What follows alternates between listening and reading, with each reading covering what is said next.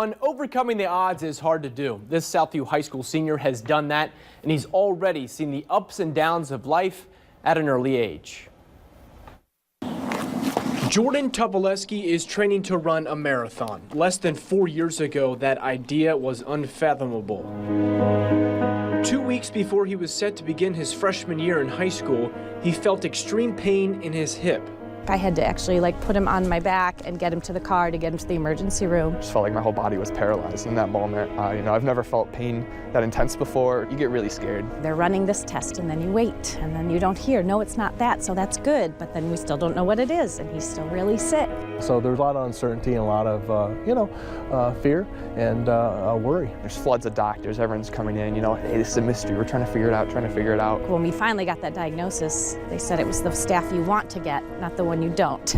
They needed to actually cut a pretty big hole in his stomach and take a wound vacuum and actually go down there and take whatever was in there infection-wise and take it out. And it had actually eaten away the bone in his hip. It was absolutely terrifying.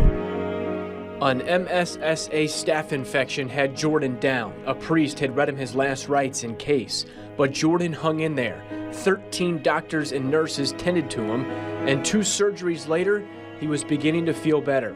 After 11 days at the hospital, Jordan went home. He still wouldn't be able to walk for 2 months.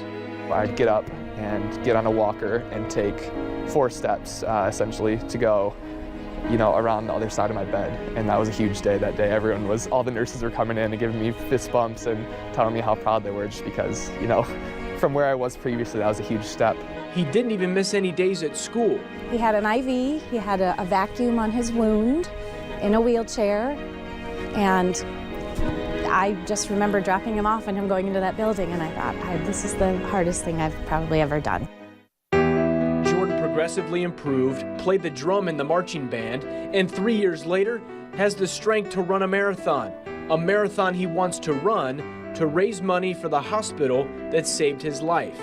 The total is $1,200 and counting on his GoFundMe page. Everyone around me has been extraordinarily helpful and, willing to give some money to this because, in a way, they saw how much it meant for me and how much it meant for my family when Toledo Children's Hospital helped us out.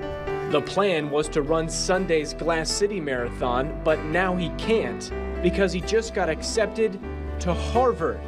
Orientation is this weekend in Boston. Instead, he'll run the Cleveland Marathon next month. He's going to cross the finish line with a smile on his face, and we're all going to be there to enjoy that. It'll be a special moment. Less than 4 years ago, he couldn't walk. Now he can run a marathon. More than anything, it's the best thing that could have happened to me in life. And people look at me and say, well, what do you mean, almost dying and being in the hospital for that long and having what happened to you happen? How would that be a good thing? But it's changed my entire perspective and my entire attitude towards life. And I don't think I would be, a tenth of the person I am today without that. Tell you what, Lee and Diane, sometimes after you finish up an interview, you just know that the kid is going to be successful no matter what he does. That's one of those. He's going to go to Harvard, 34 on his ACT, 90% scholarship to head up to Boston. Good kid.